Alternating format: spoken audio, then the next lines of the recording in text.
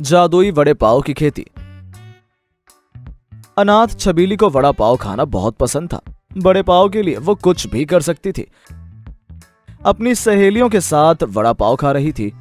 देखो छबीली, तुमने अभी पिछला उधार भी पूरा नहीं किया है। मैं तुम्हें और वड़ा पाव नहीं खिला सकता।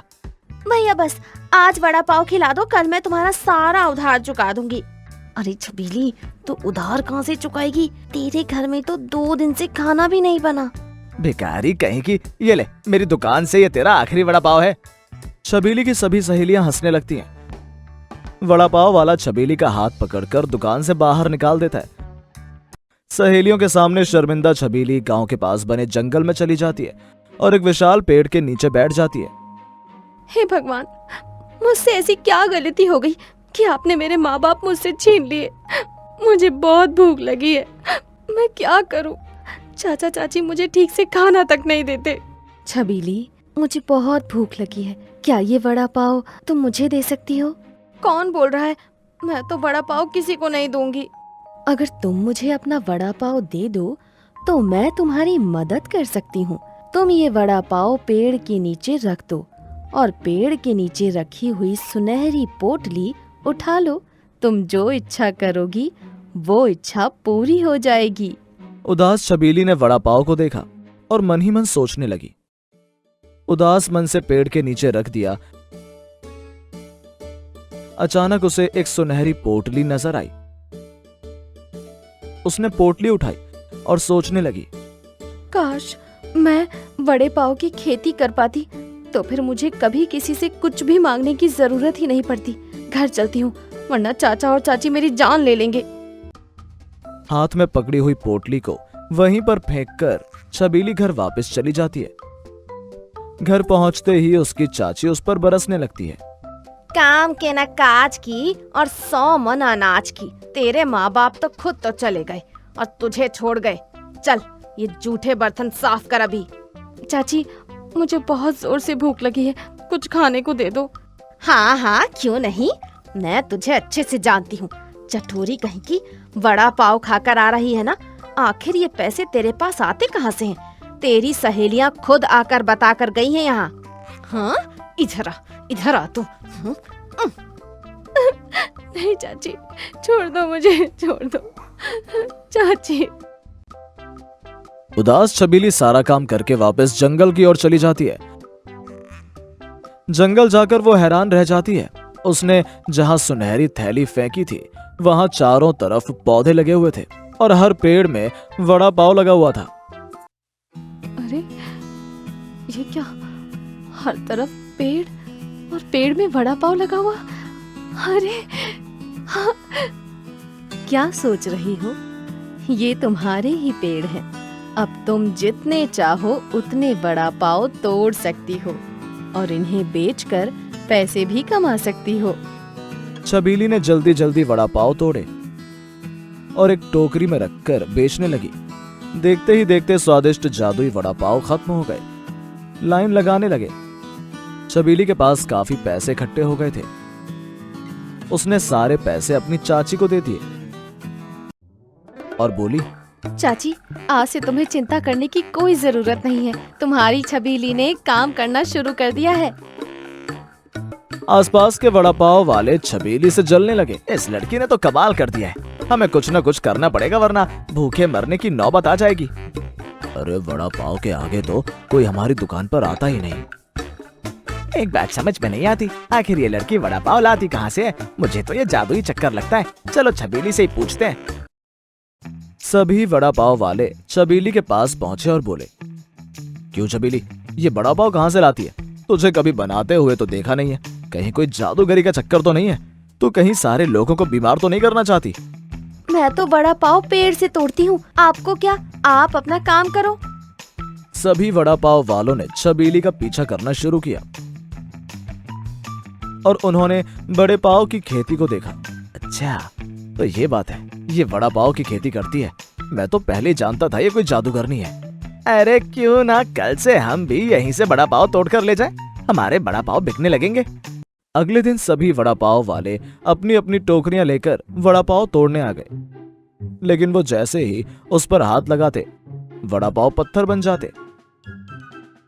इसकी खबर मेयर साहब को देनी होगी, तब आएगी इसकी अकल ठिकाने। ये बात मेयर तक पहुंची और वो भी वड़ा पाव खाने छबीली के ढाबे पर पहुंचे। अच्छा तो तुम हो छबीली, देखें जरा तुम्हारे वड़ा पाव कैसे हैं। साहब मैं तो छोटी सी लड़की हूँ, सब आपका आशीर्वाद है। ये लीजिए खाइए। माँ बेटी तुम्हारे वड़ा पाव तो बड़े ही निराले हैं। अच्छा बेटा मुझे बताओ कि तुम ये वड़ा पाव लाती कहाँ से हो। मेयर साहब के ये कहते ही वहां पर जंगल की परी प्रकट हुई और बोली,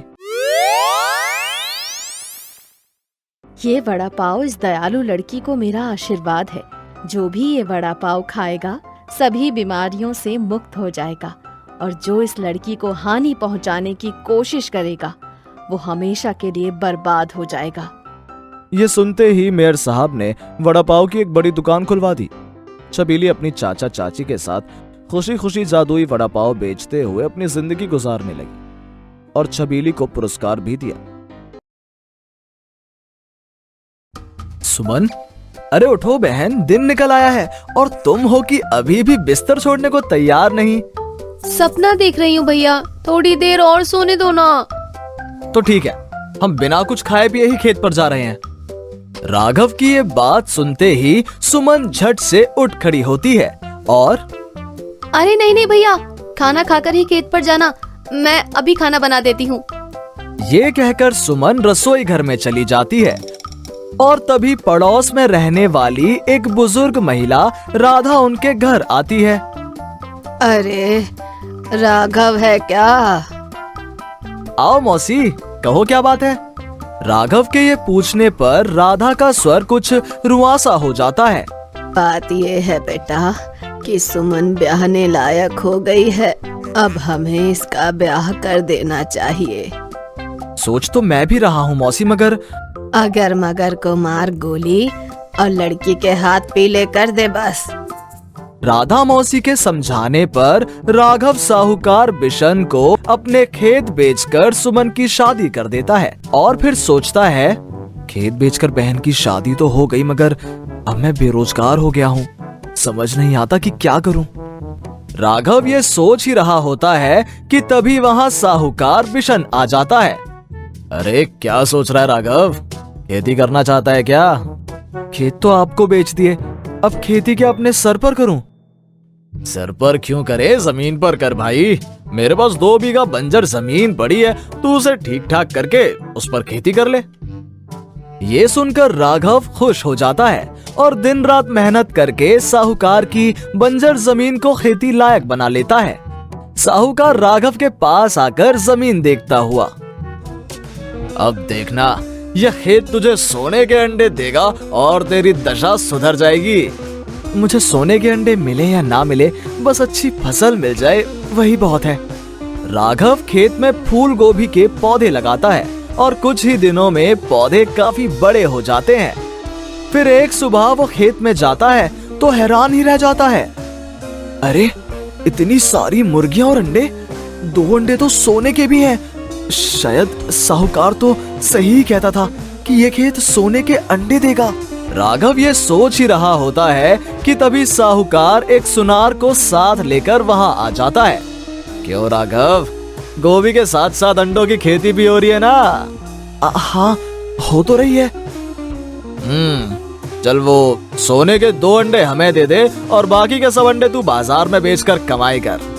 इससे पहले कि राघव कोई जवाब देता, साहूकार खेत से सोने के अंडे उठा लेता है और उन्हें सुनार से देते हुए कहता है, लो भाई देख लो, ये अंडे खरे सोने के हैं या नहीं?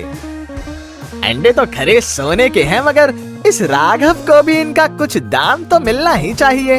हाँ क्यों नहीं, ये राघव मुझे रोज सोने के अंडे देगा और मैं इसके सारे खेत वापस कर दूंगा, ऊपर से ये खेत भी इसी के नाम कर दूंगा। अब तो साहूकार रोज सुबह आता और सोने के अंडे उठा ले जाता। कुछ दिन यही सिलसिला चला और फिर एक दिन गांव में राघव का एक दोस्त आया। सुना भाई आनंद, शहर की कैसी हवा तवा है? शहर की हवा तो कुछ ठीक नहीं है। वो कैसे? राघव के ये पूछने पर आनंद उसे सोने की एक बड़ी डकैती के बारे में बताता है। शहर के सबसे बड़े ज्वेलर्स के यहाँ डकैती पड़ गई है और चोरों ने बड़ी मात्रा में सोने के गहने चुरा लिए हैं। क्या चोर अभी तक पकड़े नहीं गए? अभी तक तो कोई हाथ नहीं लगा, मगर जल्दी ही पकड़ में आ जाएंगे। पुलिस ने पूरे 1 लाख का इनाम रखा है। शहर में सोने की बड़ी चोरी की बात सुनकर राघव का दिमाग घूम जाता है और वो सोचने लगता है, कहीं इस चोरी का मेरे खेत के सोने के अंडों से तो कोई संबंध नहीं, कहीं साहूकार तो चोर नहीं। यही सोचकर राघव को साहूकार पर शक हो जाता है और उसका शक सही निकलता है। हम भी कितने शातिर चोर हैं, चोरी के सोने को पिघलाकर अंडों में बदलकर रात को खेत में रखाते हैं और फिर सुबह जाकर खुद ही उठा लाते हैं।